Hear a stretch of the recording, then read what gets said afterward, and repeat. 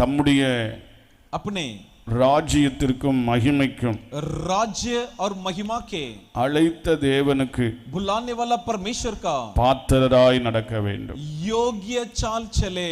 ஊழியர்களாய் விசுவாசிகளாகிய நம் எல்லாரையும் हम विश्वासी हम सेवक मिलकर தம்முடைய ராஜ்யத்திற்கும் अपने राज्य के लिए அவருடைய மகிமைக்கும் தேவன் நம்மை அழைத்திருக்கிறார். और उसकी वैभव के लिए परमेश्वर हमें बुलाया है. இயேசு சொல்லும்போது சொன்னார், यीशु यूं कहा, என் ராஜ்யம் இவ்வுலகத்துக்குரியது அல்ல.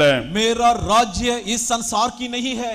நான் உங்களுக்காக ஒரு ஸ்தலத்தை ஆயத்தம் பண்ண போகிறேன். परंतु मैं तुम्हारे लिए एक स्थल को तैयार करने जा रहा हूं. அந்த தேவனுடைய ராஜ்யத்திற்கு தேவனுடைய பிள்ளைகள் நாம் ஆயத்தப்பட வேண்டியது அவசியமாய் இருக்கிறது. उस परमेश्वर का राज्य के लिए हम परमेश्वर के संतान तैयार होना जरूरी है. ஏனென்றால் क्योंकि கிறிஸ்துவுக்குள் நம்மை தேவன் எழுப்பி இருக்கிறார். क्योंकि मसीह के भीतर परमेश्वर ने हमें उपस्थित कराया है. ஆண்டவர் இயேசு நமது பாவங்களுக்காக அடிக்கப்பட்டு இரத்தம் சிந்தி மரித்து உயிர்த்தார். प्रभु यीशु मसीह हमारे पापों के चलते मारा गया, खूटा गया, लहू बहाया, मर गया. அவ்விதமாய் உயிர்த்த கிறிஸ்து इस प्रकार जिलाया हुआ मसीह நமக்காக ஒரு ஸ்தலத்தை ஆயத்தம் பண்ணும்படிக்கு போயிருக்கிறார். हमारे लिए एक स्थल को तैयार करने को गया है. அந்த ராஜ்யத்துக்கு उस राज्य के लिए அந்த தேவனுடைய மகிமையின் ராஜ்யத்தை उस परमेश्वर का तेजोमय राज्य को இழந்து போக கூடாது. खोना नहीं.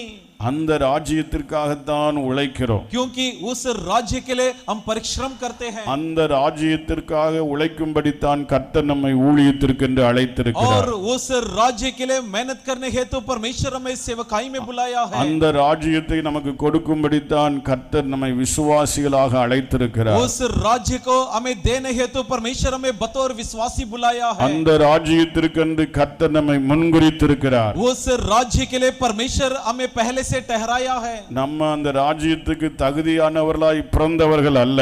हम उस राज्य के लिए काबिल जन्म नहीं लिए. நம்ம எல்லாரும் அக்கிரமங்களிலும் பாவங்களிலும் மரித்தவர்களாய் வாழ்ந்தோம். परंतु हम सब के सब पापों में, अधर्मों में मरे हुए थे.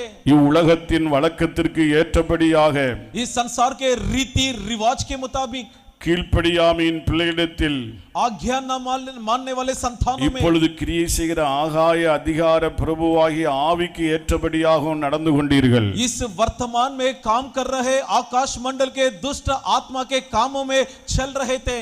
ஆனால் परंतु அவர்களுக்குள்ளே நம்ம எல்லாரும் முற்காலத்திலே पूर्व दिनों में उनमें से हम सब நமது மாம்ச இச்சைகளின்படியே நடந்து हमारे शारीरिक अभिलाषाओं में चलकर நமது மாம்சமும் மனசும் हमारे शरीर और मन விரும்பினவைகளை செய்து चाहने की बातों को निभाते हुए சுபாவத்தினாலே स्वभाव के अनुसार மற்றவர்களைப் போல दूसरों के नाई கோபாக்கினியின் பிள்ளைகளாய் இருந்தோம். आग के दंड के पुत्र थे.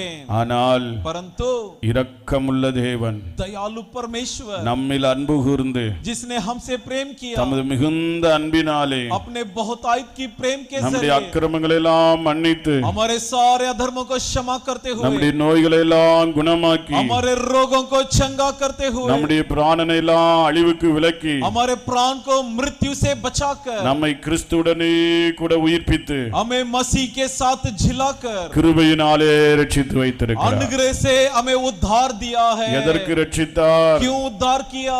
நாம் அவருடைய ராஜ்யத்திற்கும் அவருடைய மகிமைக்கும் பங்காளிகளாய் இருக்கும்படிக்கு நம்மை அழைத்திருக்கிறார். हमें इसलिए बुलाया है क्योंकि हम उसके राज्य के और उसके महिमा के भागीदार बने.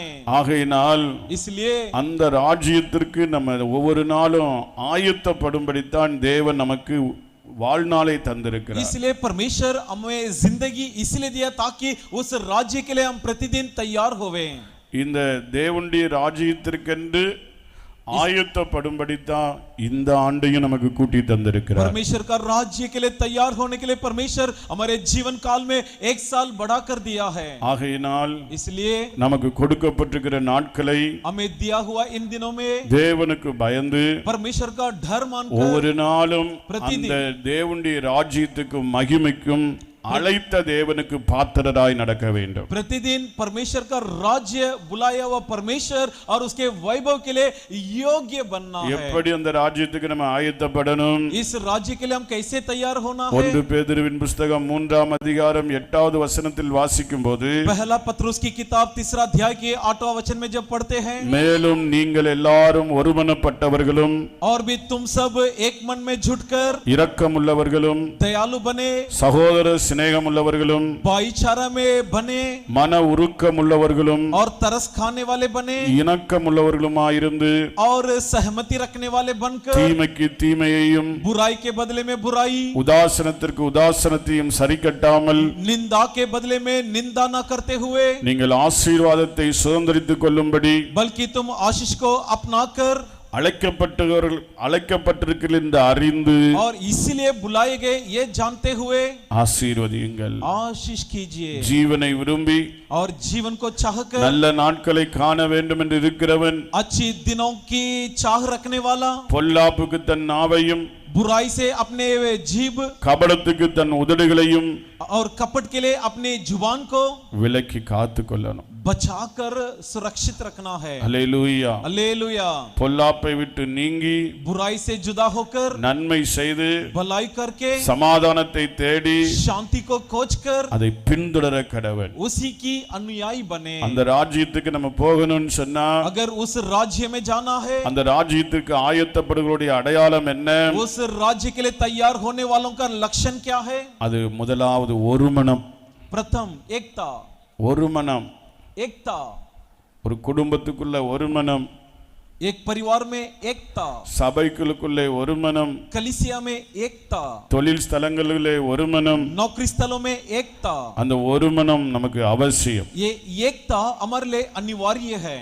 இரக்கமுள்ளவர்கள், और दयालु, இரக்கம், दया, இரக்கமுள்ளவர்கள் பாக்கியவான்கள், धन्य है वे जो दयालु है, அவர்கள் இரக்கம் பெறுவார்கள். क्योंकि उन्हें दया हासिल होगी. ஆகையினால் इसलिए ஒரு மனம் உள்ளவர்களாக, एकता में जुटिए, இரக்கம் உள்ளவர்களாக, दयालु बनिए, சகோதர சிநேகம் உள்ளவர்களாக, भाईचारा में चलिए.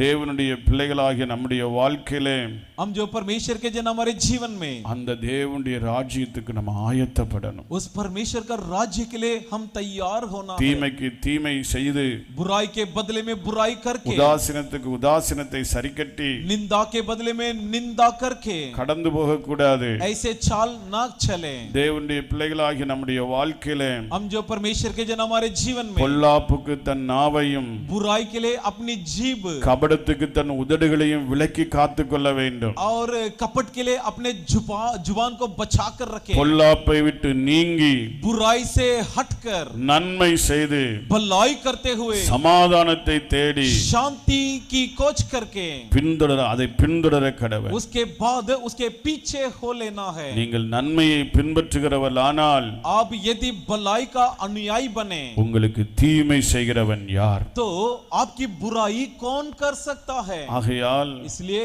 இவ்விதமான தேவனுடைய திவ்ய சுபாவத்தை அடைந்து, इस प्रकार के परमेश्वर के सद्गुणों को प्राप्त करके, எப்படி ஆயினும் किसी भी तरह ஆண்டவருடைய ராஜ்யத்திற்கும் மகிமைக்கும் परमेश्वर का राज्य और उसकी वैभव में அழைத்த தேவனுக்கும் பாத்திரராய் நாம் நடக்க, बुलाया हुआ परमेश्वर के लिए हम योग्य ठहरने, ஒவ்வொருவருக்கும் தேவன் கிருபை செய்வாராக. प्रत्येक को परमेश्वर अनुग्रह करें. ஒவ்வொரு தேவனுடைய ஊழியர்களுக்கும், प्रत्येक परमेश्वर का सेवकों को, ஒவ்வொரு தேவனுடைய விசுவாச மக்களுக்கும், प्रत्येक परमेश्वर के विश्वासी गणों को, ஒவ்வொரு குடும்பங்களுக்கும் प्रत्येक परिवारों को தேவன் கிருபை பாராட்டுவாராக. परमेश्वर अनुग्रह प्रदान करे. அல்லேலூயா, हालेलुया, அல்லேலூயா. हालेलुया. பரிசுத்தம் உள்ளவர்களாக, पवित्र के रूप में, நீதி உள்ளவர்களாக, बतौर धार्मिक தேவனுடைய பிள்ளைகள் நாம் வாழ வேண்டும். परमेश्वर के जन हम ऐसी जीवन बिताना है. பிழை இல்லாதவர்களாய் வாழணும். एक निष्कलंक जीवन बिताना है. சகோதர சிநேகம் உள்ளவர்களாய் வாழுவோம். भाईचारा रखना है.